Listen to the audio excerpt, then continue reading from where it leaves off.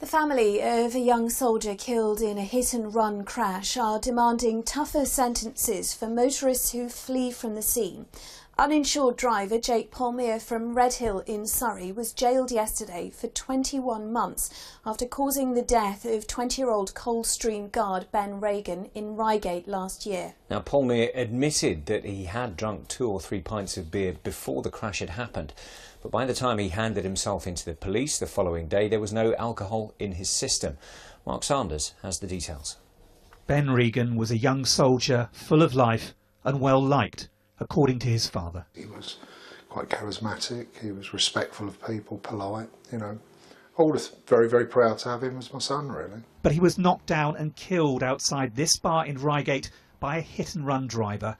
It was Jake Palmer, who's been jailed for 21 months after being convicted of death by careless driving.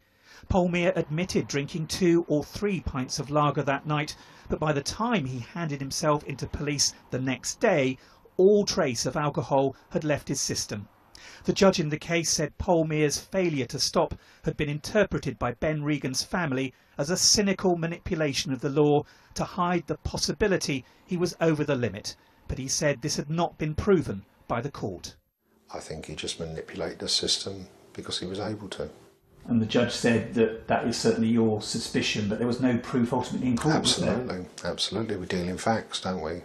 The facts are there's a loophole. The facts are it needs to be shut. Jim Regan believes current sentencing policy provides an incentive for drivers to flee the scene rather than stay and be breathalyzed. The maximum prison sentence for causing death by careless driving while under the influence of drink or drugs is 14 years. But it's 5 years if no drink or drugs are involved. However, the judge will consider a number of factors when sentencing, including other offences such as failing to stop and whether the defendant pleaded guilty. Fleeing the scene is something that would have been at the forefront of the judge's mind in sentencing. Of course, people can flee the scene for all types of reasons, and the judge would have taken a view.